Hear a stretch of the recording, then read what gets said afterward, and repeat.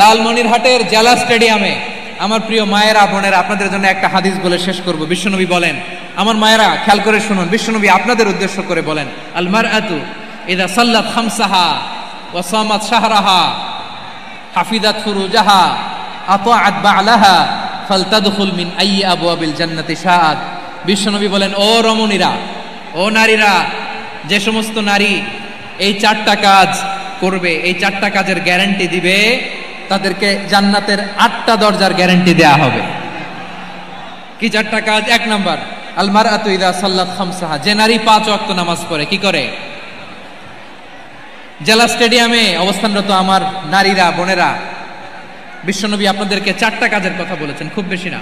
4টা করলে 8 জান্নাতের দরজা সব খোলা। কোনটা দিয়ে যাবেন? যেটা দিয়ে মনে চায়। 1 নাম্বার 5 ওয়াক্ত নামাজ। আমার বোনেরা জোহরের নামাজ পড়তে পড়তে এটা আসরে নিয়ে যায়, আসর পড়তে পড়তে এটা মাগরিবে নিয়ে যায়। এরকম আসরা নাই? লালমনিরহাটে হয়তো নাই। আমার বোনেরা এটা করবেন না। ইন্নাস সালাতা কানাত আলাল মুমিনিনা কিতাবাম মাওকুতা, সময় মতো পড়বেন।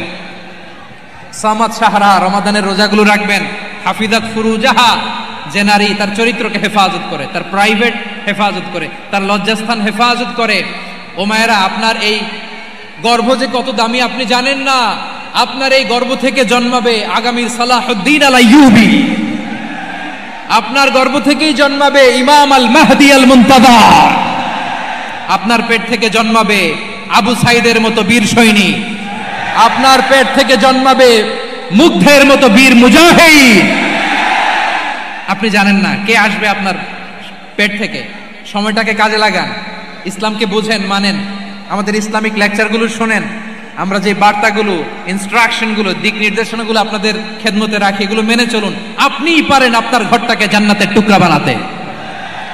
একটা family, it's a very big institution and you are the MD, the managing director of this institution. চিল্লায় বলেন ঠিক কি না?